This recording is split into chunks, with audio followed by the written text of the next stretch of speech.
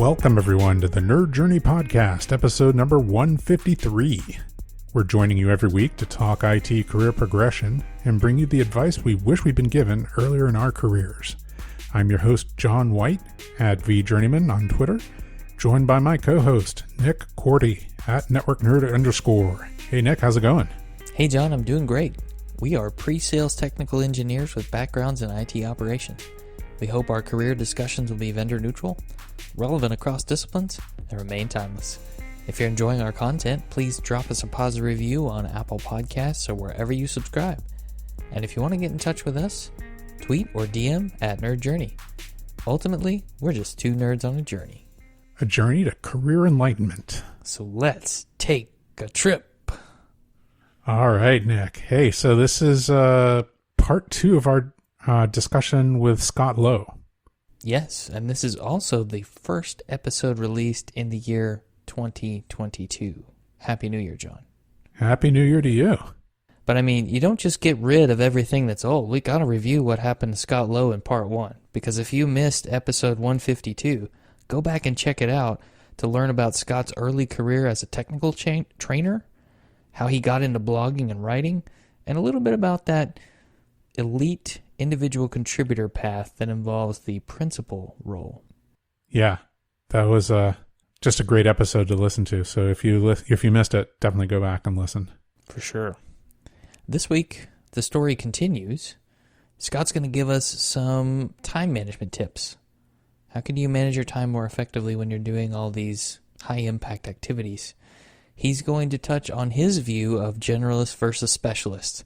And if you didn't hear our views, you can find those in episode 26. This is a nice follow-up to that. And then he'll tell us a little bit about what startup life is like.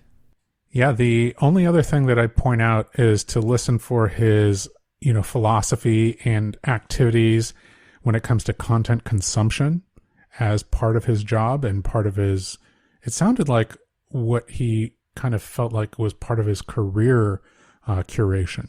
So definitely listen for that. At the risk of spoiling everything, let's not actually talk about anything else. Let's jump straight to episode 153, part 2 of our discussion with Scott Lowe.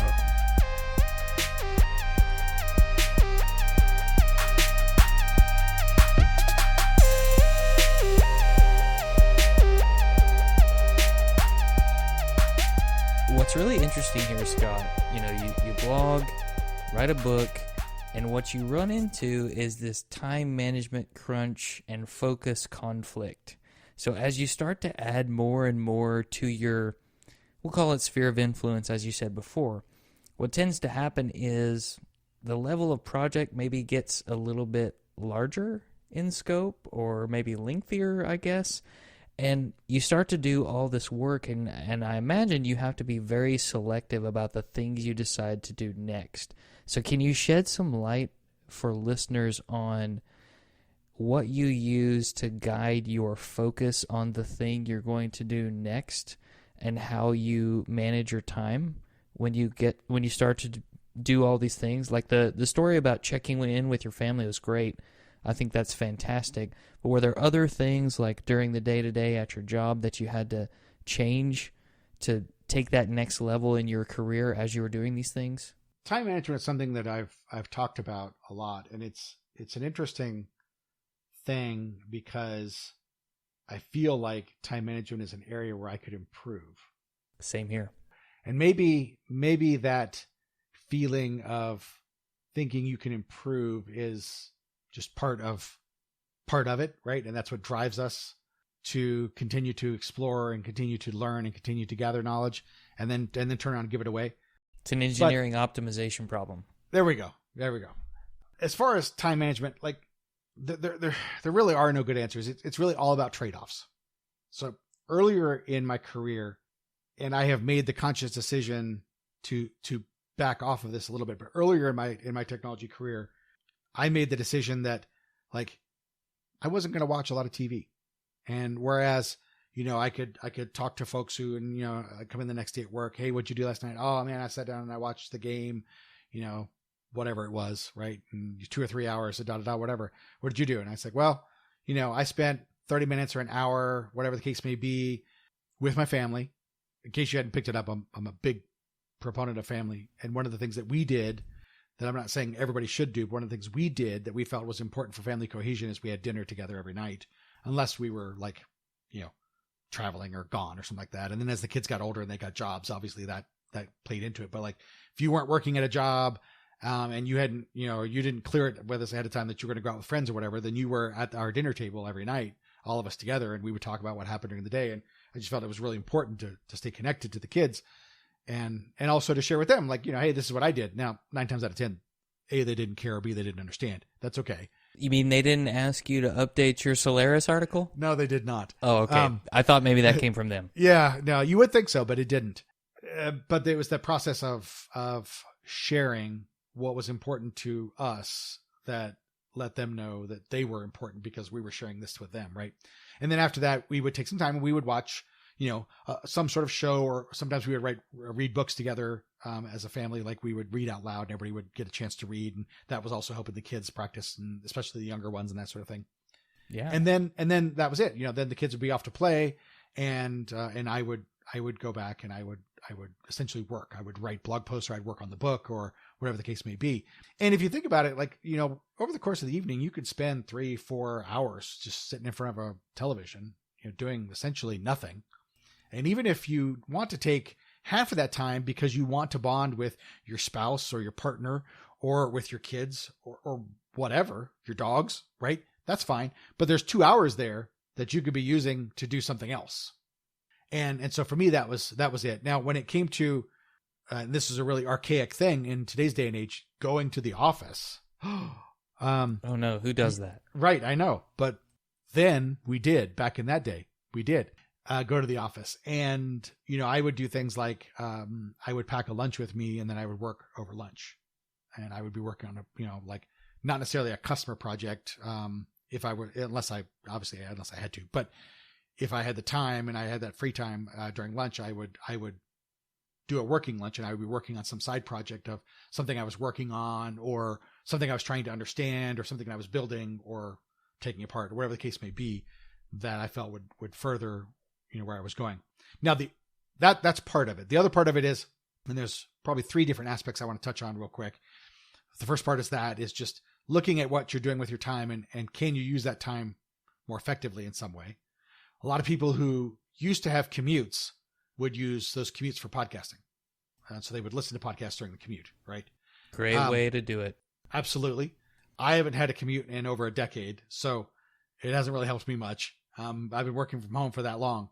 You listen when you go to the grocery store. I've just started restarted listening while I'm walking my dogs. There you go. Because, what else are you going to do? Dogs aren't going to talk to you. But so the first part of it is, are there pieces of time that now you're doing something, but you could do something that would build your career? So that's part of it.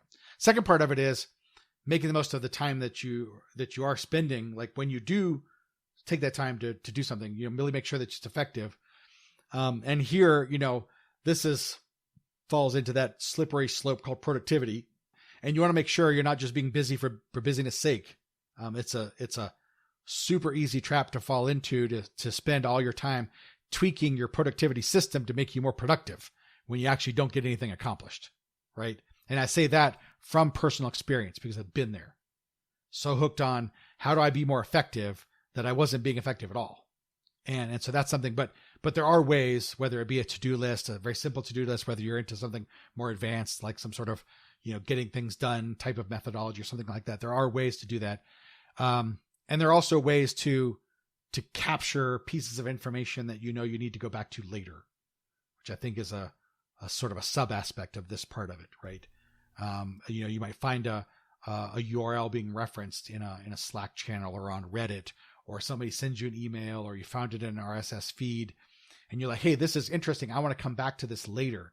Being able to capture that somewhere and know that you've got it, and not spend cycles thinking about what was that article that I was going to go read? Where did I save that somewhere? Where is it? Right. So building systems that make it easier for you to do that and not spend mental cycles thinking about it. That's the thing. And then the third part is what's next. And this has come up a lot in terms of, hey, I'm in my day job now and I want to do this other thing over here, but I'm so busy in my day job now that I don't have time to learn this other thing over here. But I really want to learn that other thing over here. So how do I learn that other thing over here while still being in my day job right here? Right. And I think the first two parts of that first two aspects, using the time that you may not be using now, and then making the most of the time that you are using. That third thing though is what is that next thing? Right. And this one's really, really hard there's no like silver bullet here. I tend to look for trends that I see emerging. And the only way to do this is to read a lot. So, reading voraciously. I still have an RSS reader. I know most people probably don't even remember what RSS is, but I have like 150 blogs, maybe 200 in my list. And I scan through them on a regular basis, and I capture those things that I think I need to look. And I begin to see trends of things people are talking about, right? They're talking about this thing. They're talking about that thing. And then connecting that with what you've already learned and saying, well, how does this influence what I've learned? How does this affect what I've learned? Does it make it obsolete? Does it simply enhance it? Does it extend it? Those kind of things, right? And that's how you choose what to do with your time, right? So part one is finding the time. Part two is making sure you make the most out of that time. And then part three is, what am I going to do with it that I'm going to, track with the system? And that is that finding that next thing. And I think that's sort of, it's going to look a little bit different for every person, right? So I don't know if that answers your question or not. That's a good framework. And I would say in part two, when you're focused on, I would say just minimize your distractions when you're spending your time learning the next thing or focusing on the next thing, so that you don't get 15 minutes in, I got a notification on my phone. Maybe put that in a different room or turn it on silent. Do you give yourself a time limit for those things during the day? I've heard of some people, like maybe they dedicate an hour, maybe it's 2 hours, maybe it's 30 minutes. Do you just do when you can? I've gotten to the point now where there are so many things that I could go after. Like and that's true for anybody, not just it's me, overwhelming. There's so many things I go after. So I find now that I have to limit it to things that I can more directly relate to what I'm doing in my day job right now.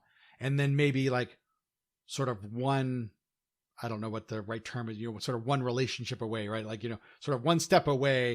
It may not be directly related to what I do, but it's close enough. It's like an adjacent area. It's not 2 steps away, right? But like just 1 step away, it's close enough. It's adjacent. And as long as I can tie that back into what it is that I do and how I help customers, then that's fine. And I don't have to worry about it. It's a little easier for me now because my wife and I, we have no kids at home. They're all grown, moved out, college, graduated from college, getting their own careers going, that kind of thing. And so coming up to my office in the evening to jump on a podcast with you or to sit down and write a blog post about, customized components and cluster API. Hint, that's a current one in my queue that I'll publish. Sounds like a good one coming. That's a little easier because I don't have to juggle having young kids at home. When I did have young kids at home, they were a priority for me. So I made the decision, for example, not to travel. I didn't start traveling extensively until my kids were older. And then it wasn't going to be as much of an impact. And I made the decision, again, making sure that I had a period of time where I reconnected with them and allowed them to reconnect with me after school and work and that sort of thing. And so I definitely believe that if that's you as a listener, you have kids at home, that kind of thing, prioritize that appropriately. Right. But I still do believe that there are spaces of time that you can find, whether it's listening to a technical podcast while you're out doing your run in the morning or you're on your elliptical, whether it's, listening to something while you are walking your dogs, whether it's, watching a video, in the evening on your tablet or on your computer, something like that, headphones in so you're not bothering everybody, please. But those are all things that you can do to kind of make time for that investment. Yeah, that's fantastic. And that time with your family, that's something you can never get back. So Absolutely. Don't waste that. Whether Absolutely. it's immediate family, extended family, you only get that time for a short period, right? That's correct. And then they're gone. They're just a memory. So take advantage. Speaking from someone who's, lost parents, grandparents, as many have. Yeah, absolutely. One thing I wanted to ask, Scott, when you're focusing on the what's next, do you look at that through the lens of I want to remain a technical generalist, or you know what, this actually sounds like something I would want to get highly specialized in? Because there's a debate, should I stay generalist? Should I go specialist? And even within some specialty areas, that's still fairly general because they're broad areas. What's your take on that? This is another topic that I've debated with various folks at various points in time. At one point, it might have been on, what was the name of that podcast that John Troyer and... Geek Whispers? Geek Whispers, that's the one, yes. One of my all-time favorites. Yeah, great podcast. And I love John to death. He's such a great guy. But I think it might have been on Geek Whispers at one point, talking about this idea of like pie-shaped skills, or a pie-shaped skill set and a T-shaped skill set, right? Where the idea, if you look at the shape of the letter T, for example, you have this horizontal bar, which is fairly thin, and that represents a broad area of knowledge, but you're not super deep in that broad area of knowledge. But then you'll have one area where you're really, really deep, right? And so they call that sort of the T-shaped skill set, right? This is somebody who might be really, really skilled in, let's say, server virtualization, for example, but also has some knowledge in networking and storage and applications and operating systems. Not super deep, but, some familiarity, right? And then there's the idea of the pie-shaped skill set, which is where like you've got that piece across the top and you've got one deep one, but then you've got another one, which is kind of like leaning forward, right? Like leading you into the next thing, so to speak, right? Where you are going to, have this one deep area, but now you're cultivating a new deep area that you're going to move on to. Now, all of that doesn't really answer your question. It's an interesting discussion, but it doesn't really answer your question. I think that the debate of generalist versus specialist is a non-debate. I think that it's actually something that is taken in the context of time. So here's how I'll say that. If you were to look at me over the course of my career, I've done storage, virtualization, cloud computing via Kubernetes and actual cloud platform providers, right? Operating systems, desktop operating systems. I've done some programming. I rack and stack servers. Back in the day, I did, help desk support things early in my career, right? Now you might look at that and say, that's a generalist. He's done a lot of different things.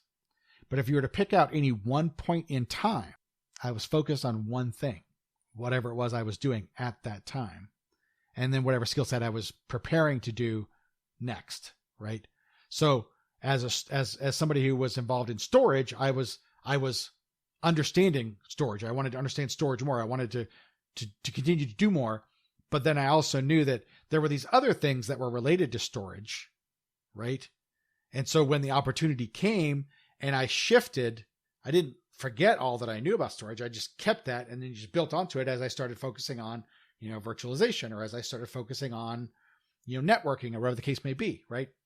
So I'm of the opinion that as IT professionals, we cannot afford to be static. 100% agree. Okay. Technology is not going to stop. It just isn't. It's always moving forward. Now, even when the robots take over, take over. That's correct. I didn't say it was necessarily moving forward in a good direction, but it is moving forward. And let me just tell you, Boston Dynamics, watch out for those people. They make the robots coming. That, run and jump and all that. Anyway, but technology is always evolving. It's always changing. And as technology professionals, if you call yourself a technology professional, then your profession is technology. Your profession is something that is constantly changing. And you have to be prepared to change as what your profession is changes, right? I gave a presentation a few years back and I was like, there's a saying, I think it's attributed to an Army general, like, if you don't like change, you'll like irrelevance even less, right? Yep. And it's true for IT professionals. If you don't embrace the change, you will get left behind. And then you'll be, you'll miss out on the opportunities. You'll miss out on the on the things that could make your career amazing and incredible, right? Because you're too focused on, well, this is what I do, right? But what you do changes, and you have to change along with it, and you have to see those opportunities and be prepared to see those opportunities, be watching, looking for the opportunities, right? And so at any given time, you're going to be specializing in something, but over the course of time, you may end up being somewhat of a generalist because you've addressed 4 or 5 or 6 different areas of IT, right? I think though, I sort of believe that there's always going to be 1 or 2, maybe 3 areas where you will be deeper than any other. And those areas may be related to each other, but I also believe that you can cultivate that. Like, you know, I don't nearly know as much about vSphere now as I used to years ago, right? But then again, I know a lot more about AWS and Kubernetes now than I used 2 years ago, right? Right. Concepts will continue to apply. Specifics, implementation details may change, but concepts will still apply. The concept of a vSphere VM, or, you know, for those of us who are, you know, really back in the day, a GSX server VM is not that far off from an EC2 instance. Yeah, that's a good analogy. I like the way you put that. The implementation details, the knobs you turn. It's actually one of the things I talk about when people ask, like, well, how do you learn these things, or how should I learn this, or what should I do, you know, to learn this new thing? And I'm like, focus on the concepts first, right? I'll borrow something I got from, I think I got it from Greg Farrow on Packet Pushers. You know, he's talking about, you know, learning BGP. Well, you could learn about how Cisco does BGP, right? But then when you go to a Juniper system, you're going to have to relearn how Juniper does BGP. Or you could learn how BGP works. And once you understand how it works, then tacking on the implementation details is a relatively minor thing. Yeah. In the grander scheme of things, right? So understanding the concepts, the key things that are portable across implementations, that gives you a broader base, a broader foundation, if you will, to then tack on implementation details. And I would say that maybe if you went deep in the Cisco BGP, that might help you learn BGP concepts. You would just have to be prepared for it. It's going to be called something different for this setting over here, or it's slightly adjusted, as you said. Yeah. There's nothing saying, I mean, the reality is that I shouldn't say nobody. Very few people are going to learn by reading the equivalent of RFCs, right? Yeah. For those of you that don't know, like, the RFCs are the super dry documents that describe how, you know, all the protocols in our interconnected world operate. Some people will learn by reading RFCs. Most people will learn by seeing how that's actually put into practice. So you will have to use an implementation in order to learn the concepts. But if you come into that with a concept centric focus, like, I'm going to learn how to do BGP, and I have a Cisco system in front of me, so I have to learn how Cisco does it. But if I go into that with, I'm going to be focused on concepts, yep, then your mind will be able to separate, okay, that's the command that Cisco uses, but what I'm configuring is this underlying foundational concept. And then when you go to an Arista, you know, router, it's like, oh, well, it's just a different command, but it's still this concept underneath it. I like it. For example. Yeah, that's a great example.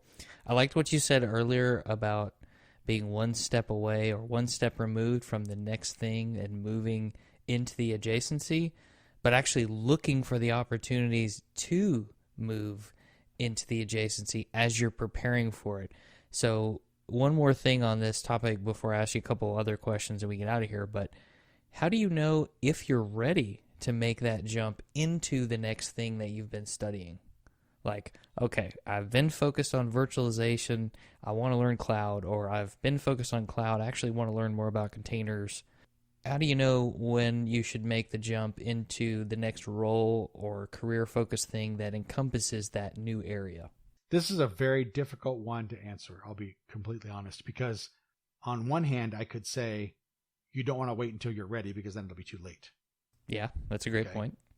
On the other hand, I could say that there is a certain level of readiness that you need before making that leap, but that level of readiness is going to vary from person to person, depending on their comfort with discomfort.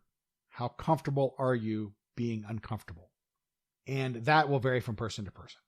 I would not encourage someone perhaps early in their career to make a radical shift if they weren't at least in some fashion prepared for that in some way. And I guess this comes back to that idea of adjacency. And I believe it was the book So Good They Can't Ignore You. Yes. That's what I was thinking of too. Okay. All right.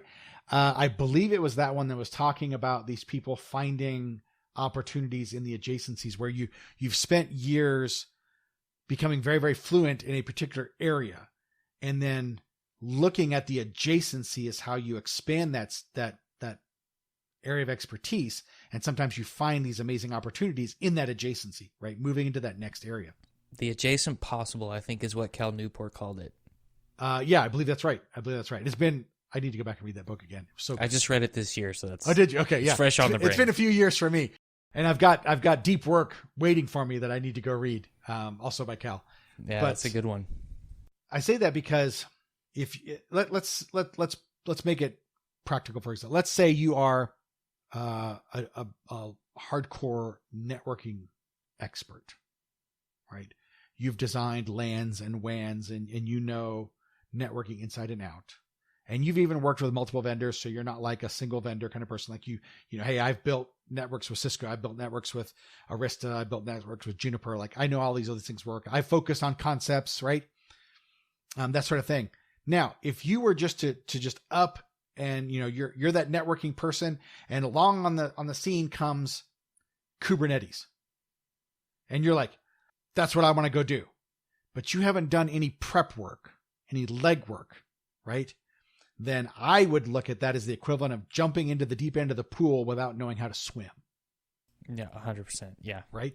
So that's why I say, on one hand, you don't want to wait until you're quote unquote ready, because there's always that level of fear, that level of discomfort when you're moving into something new. Can I do this? Am I prepared to do this? Did I spend enough time getting ready to do this? Do I have the tools and the technologies and processes and mindsets and all of that to do this, to learn this thing that I need to learn, right? There's always some of that. But at the same time, you do need to lay some groundwork, some foundation. And sometimes that can be just as simple as making connections between concepts in this new area and the area you already know. Right? So you're a hardcore networking person.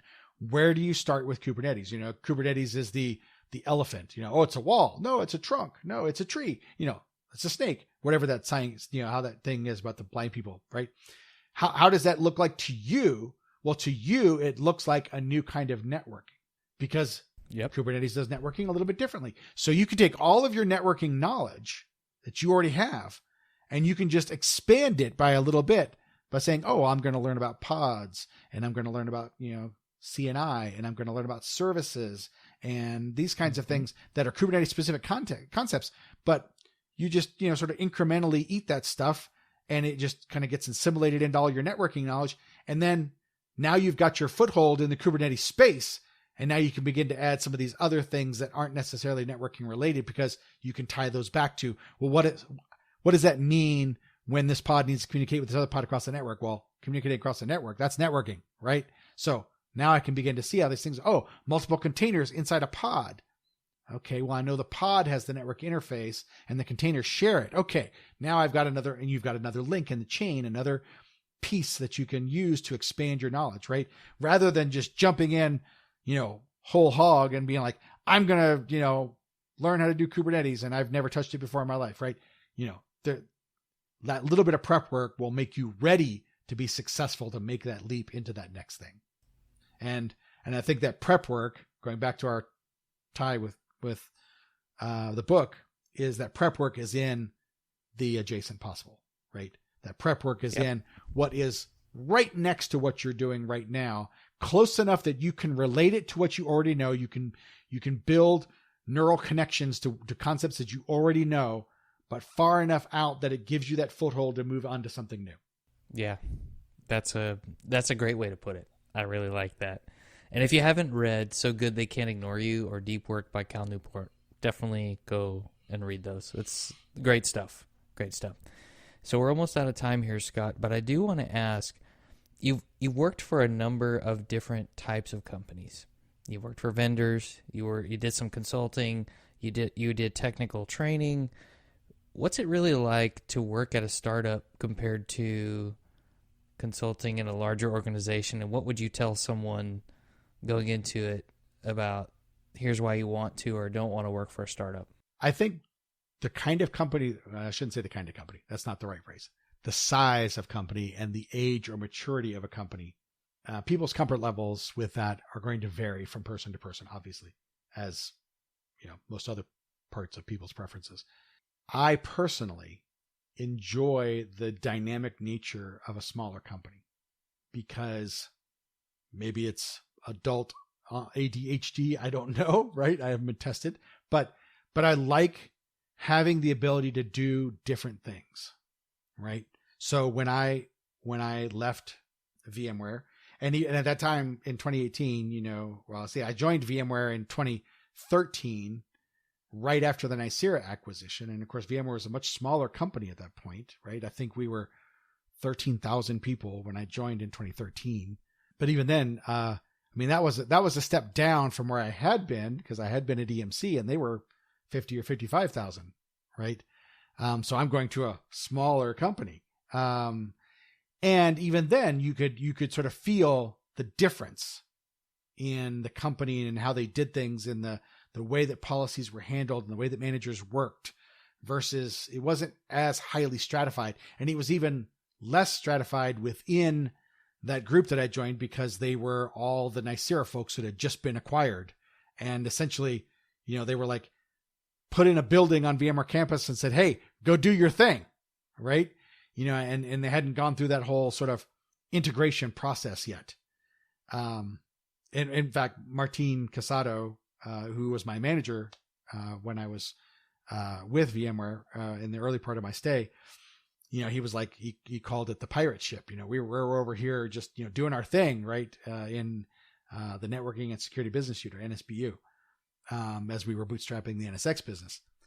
And so being able to go out and do, quote unquote, marketing events, and speaking at events or whatever, while also consulting with engineering and product management on future product direction, while also, huddling with the rest of the CTO team on how are we going to, structure this product, and what's our roadmap going to look like, and what are we going to prioritize, in terms of, the features that we're going to add next, and the problems that we're going to solve.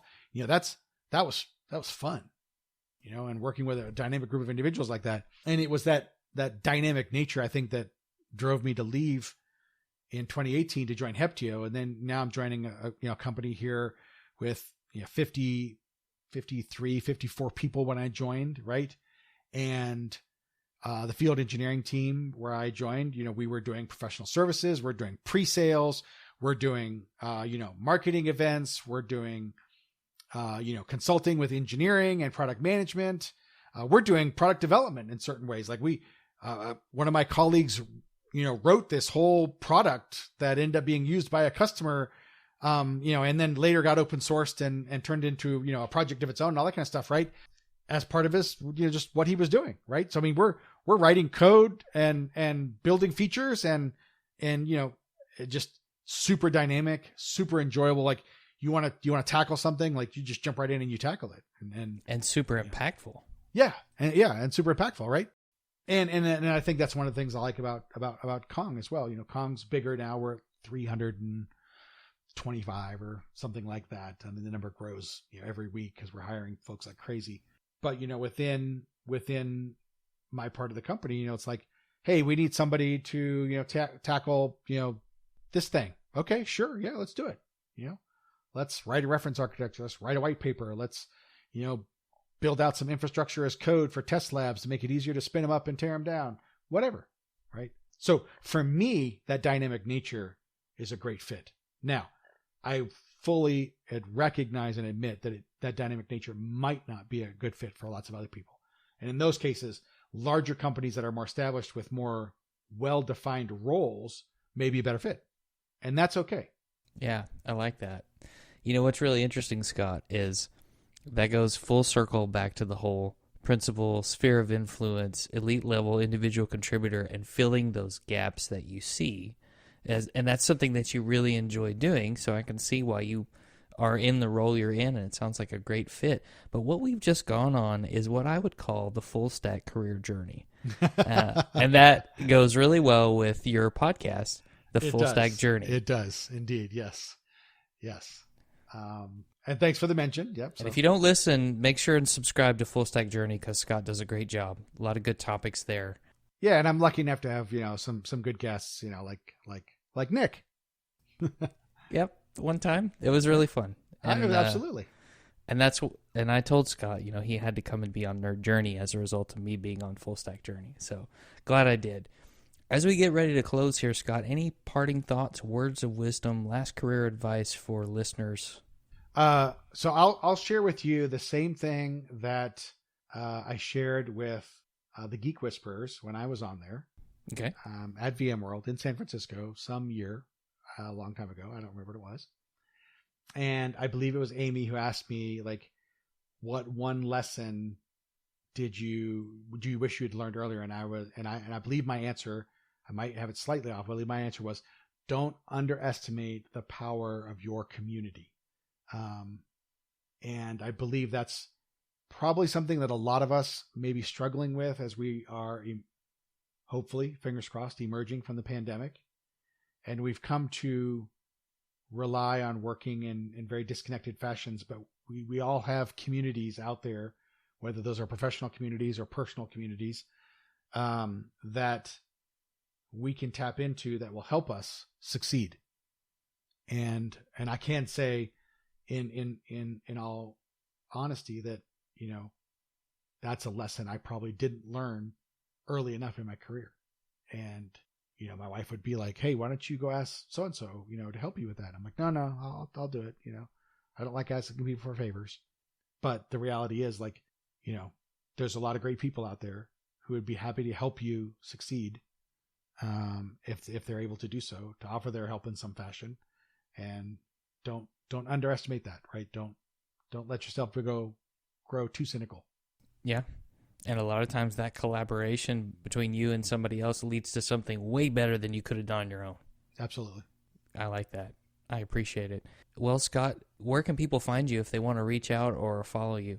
Yeah. So, I pretty much only use Twitter as my social media platform. Never did the Facebook thing, but you can find me on Twitter as @Scott_Lowe. Feel free to reach out and contact me. I do have my DMs open, so feel free to send me a message. I would love to chat with you. In the event that you want to check out some of the content that I write, you can do that at blog.scottlowe.org. And that's where I publish my content and so on and so forth. I'm also active in a number of different Slack communities. Kubernetes Slack, CNCF, Envoy, Open Policy Agent, Cilium, et cetera, et cetera. So chances are, if you're in the cloud native-ish space, I'm probably on one of those Slack communities. So feel free to reach out to me there as well. I'd be happy to chat with you. And if I can be of some assistance to you in some way, just ask. Don't underestimate the power of your community. And don't forget to smash that subscribe button on the Full Stack Journey podcast. Yes, thank you. I should have mentioned that. I do a podcast called Full Stack Journey. It's part of the Packet Pushers network of podcasts with Ethan Banks and Greg Farrow and Drew Connery Murray and a whole bunch of great folks who are extraordinarily talented in the networking space and others. But at Full Stack Journey, we talk about sort of the full stack of technologies that are present in today's data centers and cloud environments. So we talk about all kinds of different topics and have folks on sharing stuff. In fact, our next episode, which we'll publish in late October, is on a cloud native integration platform. So if you want to find out what that is all about, you have to listen. Of course. Sounds like a good one. I hope so. Awesome. Well, with that, Scott Lowe, thank you so much, and I will say good night.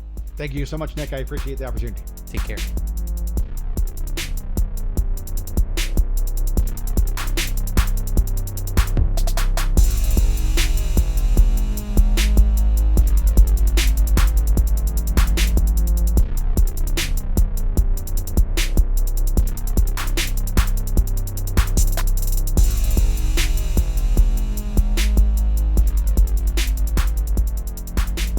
feel like I heard some mentions of Cal Newport books, John. Yeah, definitely. It just, I guess, goes to show you time management. It's that thing that crops up, super early when more's being asked of you and you're kind of a constrained resource, where your work is super, super valuable as an information worker. That intersection comes, you get super busy, and Cal Newport just naturally emerges into the discussion. Yeah. I will say the book, So Good They Can't Ignore You by Newport, is excellent, as is Deep Work. And I feel like I know some people who did a series on that. Have you listened to those? Yeah, I believe that was us, and you can listen to parts 1 through 7 of 2 initially planned parts in our podcast feed. That's episodes 141 through 147 if you're playing along with our bingo. Nice. I wonder, maybe we could get Scott Lowe back to talk about his reaction to Deep Work as like a 1 episode, or 7. 12. That one will be 12 episodes. Exactly. How about that importance that Scott Lowe placed on family? I really liked that, especially when he was about to write the book. He sat everybody down. Listen, I think I should go after this. I need everybody on board. I need you to understand that it's going to require everybody to do a little bit extra so that I can focus on this. And it sounds to me like if not everyone had been on the same page and willing to pitch in to help, he might not have pursued that. Yeah, I really thought that was interesting as well. I think that family as a priority came up a couple times, right? When he was not taking specific types of roles because he wanted to spend time with his young kids and be physically present and not, out on trips, to That's various true. parts of the country or world. That, so it spoke to his prioritization. And then, what you pointed out, like, getting the entire family on board in order to pursue a project, just seemed to be an extension of that, right? It's a priority for me, but is it going to work for everybody else? I feel like Scott had this theme of filling gaps throughout his career. And I loved the fact that he was asked about the theme of his career in part 1 of the interview. He mentioned that being asked of him by Craig McLucky, but that theme of filling gaps and educating, building others up, I mean, that's the heart of the principal engineering role, to my knowledge. Yeah, I mean, it's the heart of being an invaluable employee, basically, right? Yeah. Also, I love the generalist specialist debate or non-debate rather, that he shared with us. And it just reminds me so much of Range by David Epstein. All the aggregations of these different experiences making you a better specialist in the next thing you do. And that's kind of what he said, right? I'm not getting rid of all this old knowledge. I'm building on it to get to the next thing. Yeah, I really loved the pie-shaped versus T-shaped expertise thing that he put out there. And it sounded to me like what he was doing was lining up a series of T's, right? It wasn't just one T. It was this T and another T and another T and another T. And the knowledge and information that you had before doesn't go away. Some of it might age out, but that's probably things that were specific to specific implementations, and the fundamental principles that you learned along the way don't age out. And that's the important part of that. For sure. How about his commentary on sizes of organizations? He dropped in this part 2 of the interview that he actually worked for EMC, an organization at the time of around 50 some odd thousand people. And even stepping back to VMware was a much smaller feel, and even smaller when he went to Heptio. But he really liked that dynamic environment that gives you the ability to fill gaps, interestingly enough. Yeah, it was fascinating to hear about what he liked about those workplaces, right? And that kind of emerged as he moved from organization to organization. As you go from, X to Y to Z, the dynamic nature emerges as this thing that you find super valuable. And then, just like you pointed out, is VMware, he mentioned, wasn't a small organization. It was 13,000 people, but he was joining a small, new, agile business unit that, was moving fast and, doing a lot of things like that was acting like, kind of maybe like a startup inside that larger organization. So, these are the types of things that you as an individual can learn about yourself and can think about yourself. You don't need to necessarily, move from job to job, but like sometimes you do learn those things only, in the negative, like, hey, I don't have this thing here and I feel like I need it. And then sometimes you learn it in the positive, like you take a new job and then you have something that you had never thought of as super important. And then you figure that out. Kudos to him for doing both those things, I feel like. I call that exposure therapy. Until you've been exposed to what can be, it's hard to paint a picture of what you want. I mean, Sure, you could dream up ideas, no worries doing that. But to your point earlier, you may not have even known that XYZ was an aspect of a job that could be a thing even. Yeah. I can get very paid true. to do that. Very, very true. What about Full Stack Journey? I mean, don't forget to smash that subscribe button on Full Stack Journey. He has some great guests, and I love the focus on practical tips.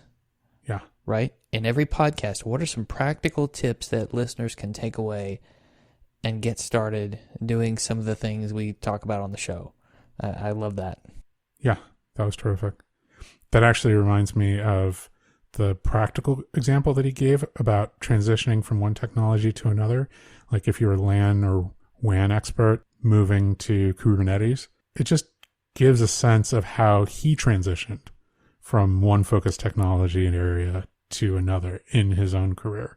Like, I don't know if that's exactly how he did it, but it just gives you like a pretty good idea of how, he just stacked up those like series of T-shaped, experiences and areas of expertise, right? Yeah. I know you shared a fun Scott Lowe story in our last episode, so I have one for you. I remember going to one of his sessions at my first couple of VMworlds, and he was walking around the room, introducing himself to people, asking them what they wanted to get out of his presentation. I had never seen someone do that before, and I thought, this is perfect. That way you can cater it exactly to your audience on the fly, assuming you're comfortable doing that. And he totally is, based on that instructor and education background. But that one is something I'll always remember. Was that before the session started? Yeah, a few minutes before the session started. I got in the room early, and he was just chatting people up. Hey, how's it going? I'm Scott. What was it you wanted to get out of today's presentation? And so you give him a few nuggets, and he'd go, oh, okay, I really appreciate that. Constant calibration, right? Yeah. Constant calibration. Always be iterating. That's awesome.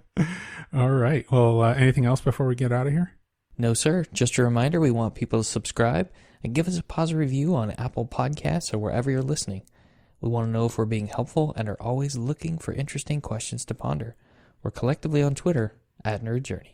All right. Farewell, listeners, and tune in next time as the journey continues. I'm John White @VJourneyman, for Nick Cordy @NetworkNerd_, signing off. Adios.